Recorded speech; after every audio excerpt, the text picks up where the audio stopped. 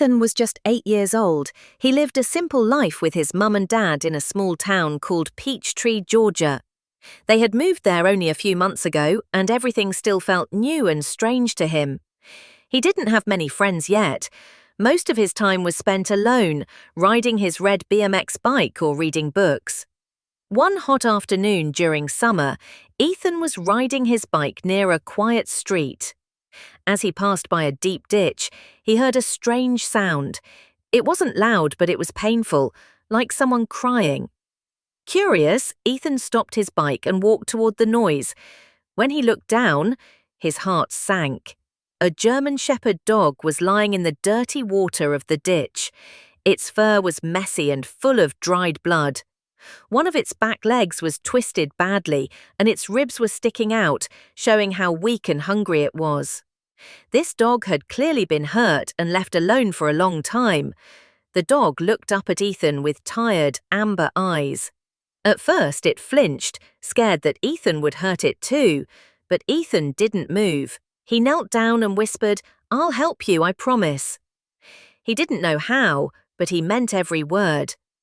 Back at home, Ethan rushed home, his heart still beating fast. He told his mum what he had seen. Margaret, his mother, was worried. "We can't bring a dog here, Ethan. Your father is sick, and we don't have the money for a vet," she said. But Ethan didn't give up. "Mum, please, he's going to die if we don't help him." Margaret saw the fear and kindness in her son's eyes. She sighed, then finally nodded. "Okay, but just until we find a vet." The first rescue. They wrapped the dog in a blanket and took it to the local animal clinic. The vet, Dr. Simmons, examined the dog carefully. The vet said, "He has a broken leg, an infection, and he's very weak from not eating. It'll take time and money to heal him." "How much money?" Ethan asked quietly. "More than you probably have," the vet replied gently. Ethan looked down. He had no job, no income, just his toys, some baseball cards, and his bike.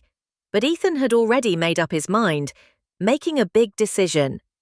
That evening, Ethan made a plan.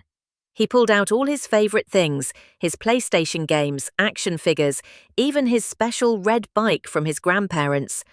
One by one, he cleaned each item and placed them on a table outside his house with a sign. "Toy sale, help me save a dog's life." Neighbors walked by curious. When they heard Ethan's story, many were moved. One lady bought 3 toys and gave extra money. A teenage boy who had once been mean to Ethan at school came over and gave him $20 without taking anything. By the end of the weekend, Ethan had sold almost everything he owned. When Dr. Simmons saw the money, he was speechless. "You really did all this just to save him?" Ethan nodded. "He needs someone." "Oh, I think maybe he needs me," the vet smiled, tears in his eyes. "You've got a big heart, kid. Healing takes time." The next few weeks were tough. The dog, now named Shadow, needed surgery and medicine. Ethan visited him every day after summer school. He'd sit beside the cage, reading stories or just talking softly. Shadow started to trust him. He'd wag his tail when Ethan came in. Slowly, the dog began to heal. Even Margaret, who had said, "No pets," started to change. One night she saw Ethan sleeping with Shadow's photo in his hand.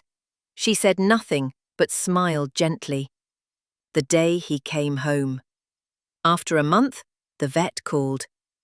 "He's ready to go home," he said. Ethan couldn't believe it. He ran to the clinic. When Shadow saw him, the dog barked joyfully. It was a moment full of love. Margaret and Robert, Ethan's dad, had talked things over. They agreed to let Shadow stay, with some rules, of course. Ethan didn't mind giving up his room time or favorite things. Shadow was worth more than all the toys in the world. The town reacts. Soon, the local newspaper heard about Ethan's story. A reporter came and wrote an article titled, "Boy Sells All to Save Dog's Life." The story went viral. People from nearby towns sent gifts and letters. One woman donated a brand new bike.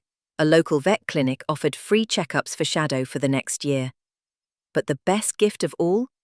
Shadow's tail wagging every time Ethan came close. A final thought. Ethan's life changed completely that summer. He didn't just rescue a dog, he found a best friend. And Shadow, once broken and afraid, now ran free, slept safely, and had someone who loved him deeply. Sometimes the smallest hands do the biggest things, and sometimes the heart of a child can change the world for someone who can't even speak. If this story touched your heart, don't forget to like, comment, and subscribe.